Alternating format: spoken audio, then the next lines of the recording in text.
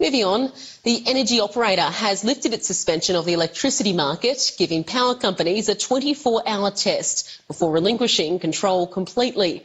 It comes as a new report from right-wing think tank, the Institute of Public Affairs, predicts household power bills will nearly double by 2030 as coal-fired power plants close. Joining me live now is Daniel Wild, who's Director of Research at the IPA. Daniel, thanks for your time today. Obviously, no one wants to see higher power bills. Can you explain how you came to your findings in this report? Well, lovely to be with you. Yeah, so the way in which we found the findings that you identified of a doubling in family electricity bills and a quadrupling to business electricity bills under net zero is evaluating the closure of coal stations over the past decade and the impact that has had on electricity prices, and then forecast what that means over the coming years to the end of the year 2030. What we know is that over the next 8 years, there will be at least 6 large coal-fired power stations that are due to close under the policy of net zero, taking a further 20% of energy generation capacity of Australia's already struggling energy grid, and that's going to flow through as higher prices to families and to businesses. Now, ultimately, those higher prices will then flow through the economy in terms of inflation, cost of living pressures, and through the system of prices. So ultimately, the policy of net zero, pushing coal off and not having sufficient reliable power to come in, is what's driving these price hikes. So your report, it looks at the impact of decommissioning those coal-fired power stations, them closing down. Does it take into account, though, other energy sources like renewables coming online? Yes, it does. So it evaluates a like-for-like comparison in terms of what's going off and what's coming on. What Australia needs is 24/7 baseload power that's dispatchable, which basically means it's ready to go when you need it. Now, you can't get that from wind and solar.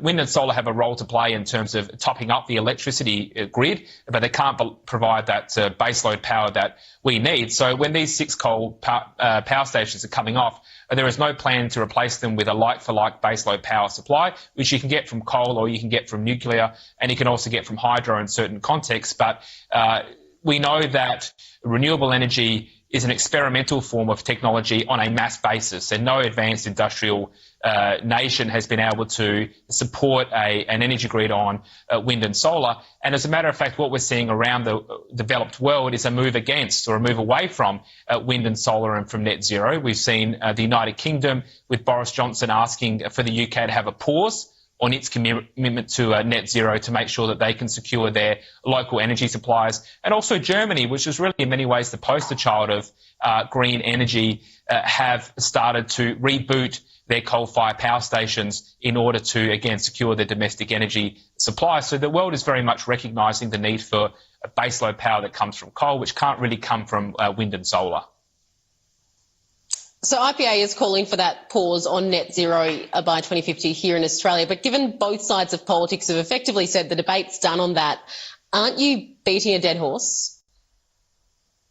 No, not at all. I mean, we know that the overwhelming majority of Australians support having a reliable and affordable electricity grid ahead of cutting emissions. We undertook a survey recently which asked Australians what do they believe the focus of energy policy should be, and 72% said they wanted the focus to be on reliability and affordability. Only 28% said the focus should be cutting emissions to net zero by 2050. You're right to point out that both sides of politics are supporting the policy of net zero, and what that has meant is we haven't really had a debate in Australia about the very significant economic and social consequences of the policy. We've just discussed the potential price hikes impacting families and businesses, but we also know there's going to be a big jobs impact.